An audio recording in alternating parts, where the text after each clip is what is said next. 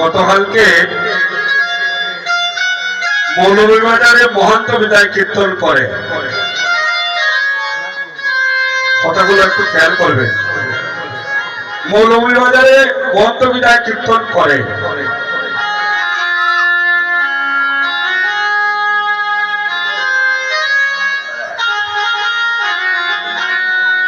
আমি গিয়েছিলাম বাসু ঘোষের জন্মস্থান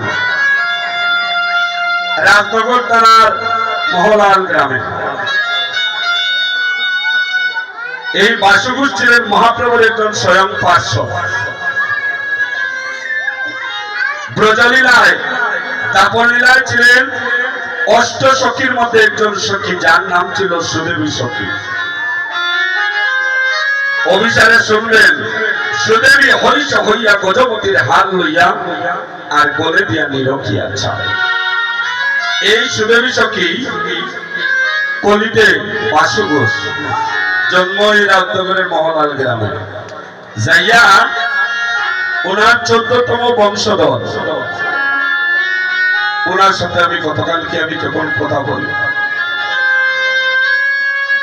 দেখলাম অজুর শুধু কোনো কথা বলতে পারে না, অজরে শুধু কাঁদেন।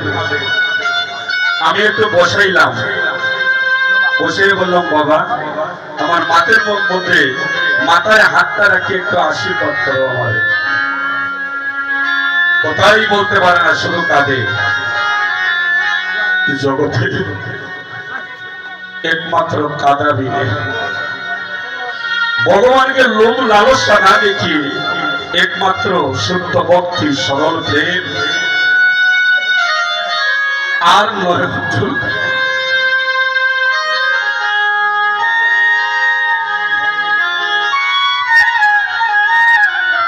এই বাসু ঘোষের ওরা 9 ভাই ছিলেন। বাসু ঘোষ, মাধব ঘোষ আর গোবিন্দ ঘোষ। ওরা মহাপ্রভুকে গান শোনাইতেন, মহাপ্রভু বড় আনন্দ পাইতেন তাদের গানে। এই বাসু ঘোষের এক ভাই যার নাম ছিল গোবিন্দ ঘোষ, ওদের জন্মস্থান এই মহলালে রাজনগর থানায়। দেখুন, আমি যে কথাগুলো বলবো প্রত্যেক কথার একটা তাৎপর্য আছে।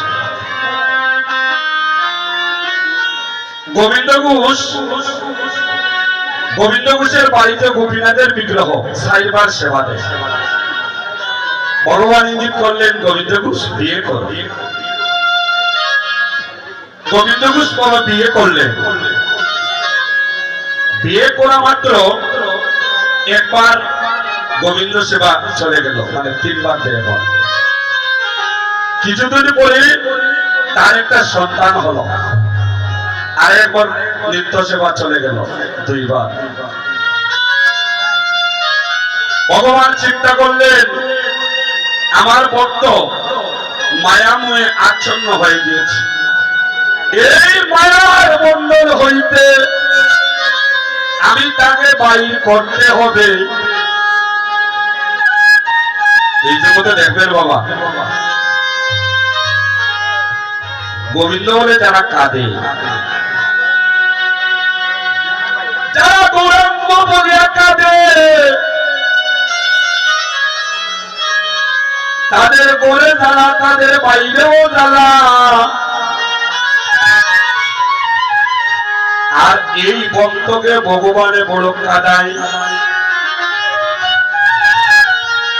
গোবিন্দ ঘোষ ভিক্ষায় যায়, ভিক্ষা করে এনে, ভিক্ষারি না হইলে দীনতা আসে না। ভিক্ষা করে এনে গোবিন্দ ঘোষ গোপীনাথের সেবা দেয়। আপনাদের এই আসনটা কেন ভালো লাগছে জানেন? মধ্যাহ্ন যদিও সময়, কিন্তু আপনাদের মনের মধ্যে কোনো চঞ্চলতা নেই। এর জন্য কথাগুলো বলতে ভালো লাগে।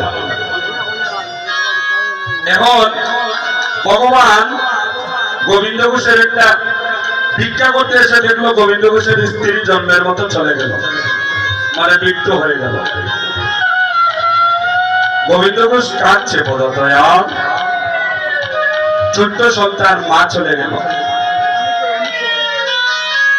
আবার কিছুদিন পরে গোবিন্দ ঘোষের সন্তানটাও জন্মের মতো চলে গেল। অজরে কাঁদছে আর গোবিন্দ ঘোষ বলছে, দয়াময় এই তোমার কেমন লীলা, তুমি আমার স্ত্রীকে কেড়ে নিলে, সন্তানকেও কেড়ে নিলে, দয়াময় আমি কাকে দিয়ে বাঁচব, আর তোমার সেবা দেব না। একমাত্র ভক্তকে ভগবানে কাঁদায়। এবার আর গোবিন্দ ঘোষ ভিক্ষায়ও যায় না, আর গোপীনাথের সেবাও দেয় না। ভগবান আমার পাথরের বিগ্রহ থাকতে পারলেন না, গোবিন্দ ঘোষের কাছে এসে বললেন, বাবা তুমি আর আমার কত উপাসনা,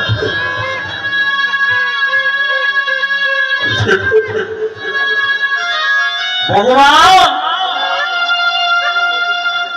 আর বসে না দেখতে পেয়ে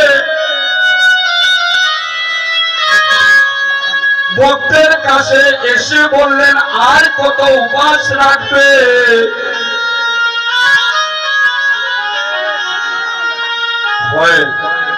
গোবিন্দ ঘোষ বলে, তোমার আর সেবা দিব না, তুমি আমার সব কেড়ে নিয়েছ। এবার গোবিন্দ ঘোষের অন্তিম সময় এসেছে বাবা, আর ভিক্ষা করতে যেতে পারে না, আর গোপীনাথের সেবাও দিতে পারে না।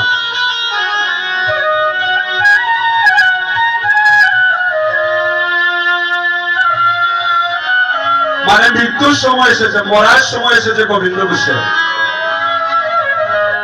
আগের মতো ভিক্ষা যেতে পারে না, গোপীনাথের সেবাও দিতে পারে না। ভগবান আজ তার ভগবত্তা বলে গিয়ে গোবিন্দ ঘোষের শিহর দেখবেন, অনেকে বলে, বাবারে আমার মৃত্যুর সময়ে আমার কর্ণমূলে মধুমাখা কৃষ্ণ নামটা শোনাইস, মরার সময় সন্তান থাকবে বিদেশে,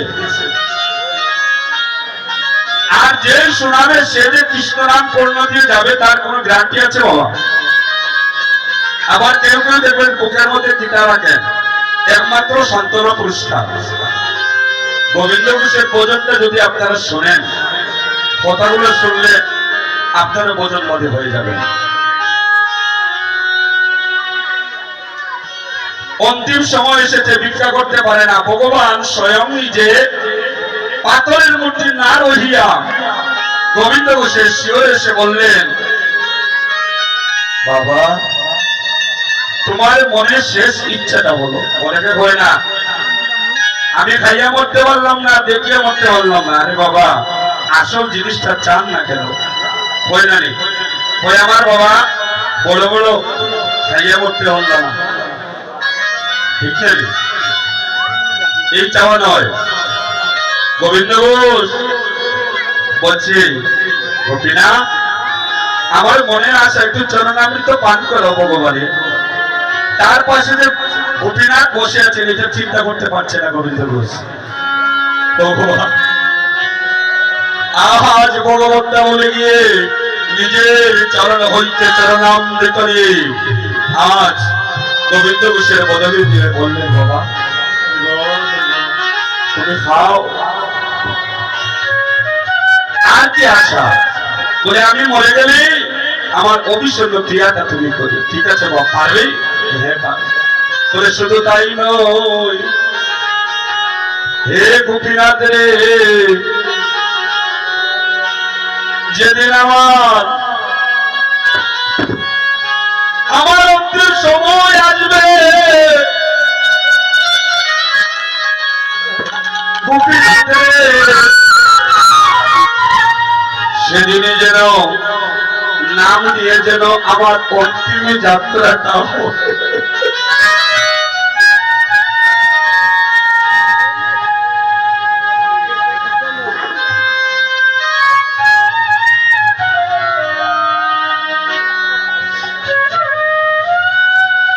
গোপীনাথ রে,